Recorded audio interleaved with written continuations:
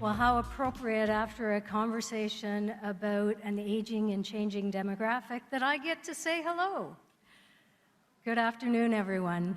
I do want to extend my sincere thanks to President Colin Best and the entire AMO membership for the opportunity to speak with you today. And to Robin Jones, congratulations on your incoming team.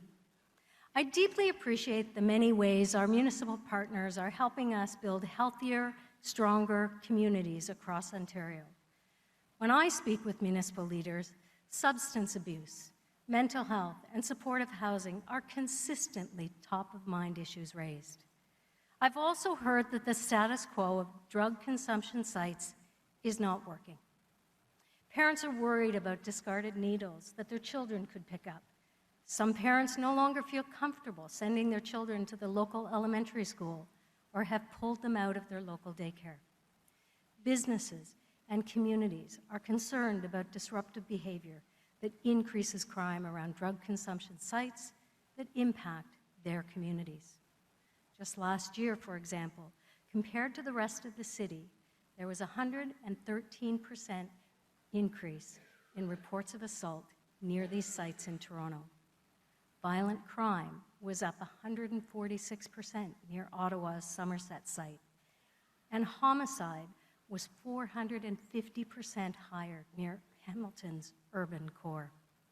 We also know that the cycle of addiction is not being broken by using drug consumption sites. We need to do more to support a journey into treatment and recovery, to keep communities safe, and to address the tragic impact of substance abuse, drug overdoses, and opioid-related deaths have in our communities.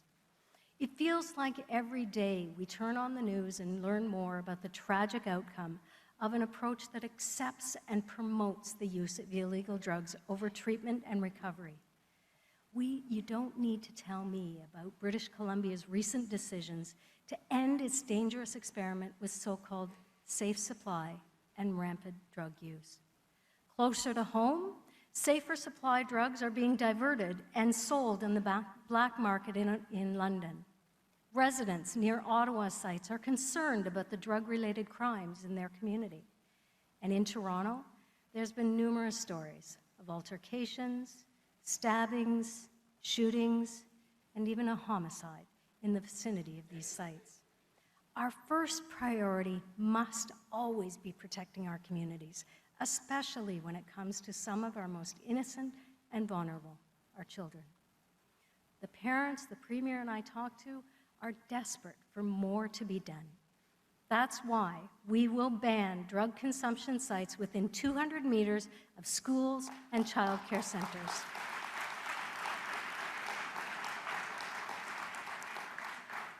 We will be introducing new measures to enhance public safety for any remaining sites, including stronger safety and security plans, policies to discourage loitering, improved community engagement, and conflict de-escalation. At the same time, we will be introducing new measures that will prohibit any new CTS site from opening or participating in federal so-called safer supply initiatives.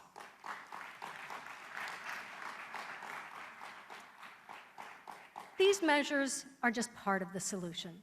We must also ensure that those struggling with addiction challenges receive the support they need, including access to supportive housing while maintaining public safety.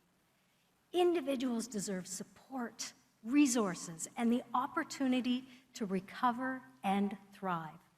Most of all, they deserve our compassion and our unrelenting commitment to help them in their journey to recovery. Thank you. It is why today we are announcing an investment of $378 million to establish 19 new homelessness and addiction recovery treatment hubs, or HEART hubs, across Ontario.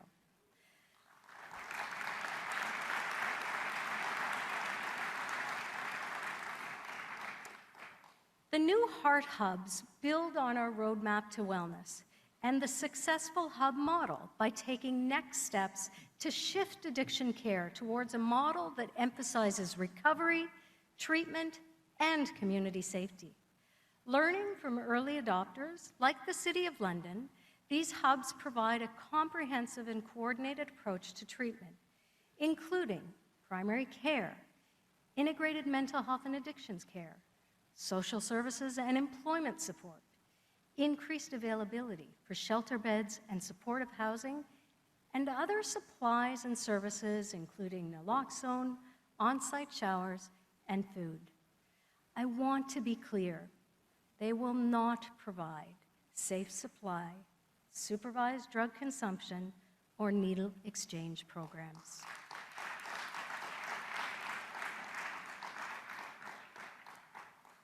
The province will launch a call for proposals later this month to establish up to 10 heart hubs, welcoming community and municipal applications.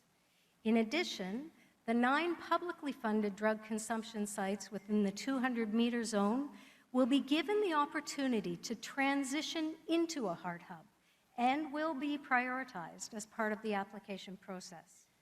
This is part of our commitment to avoid gaps in care. As community leaders, you know what works best in your neighborhoods, meaning each hub will be unique with wraparound services tailored to regional needs. Heart hubs will add up to 375 supportive housing units, alongside addiction recovery and treatment beds, helping thousands of people transition to more stable, long-term housing. I want to thank the many municipal leaders who have engaged with us over the past several months, advocating for exactly this kind of community-oriented solution. Together, these new heart hubs and strengthened safety measures will better connect vulnerable people to comprehensive, evidence-based support while keeping our communities safe. Heart hubs are one of the many investments we've made to build a healthcare system that supports those dealing with mental health and addictions challenges. Through our Roadmap to Wellness, we are investing $3.8 billion over 10 years to fill gaps in mental health and addictions care, create new services, and expand existing programs. As part of our 2024 budget, we allocated an additional $396 million to continue improving access and expanding mental health and addiction services. Our investments are connecting people with the right care closer to home, including $124 million to create up to 500 more addiction recovery beds and new mobile mental health clinics in communities like Prince Edward County. $152 million for supportive housing to assist those facing homelessness while experiencing mental health and addictions challenges.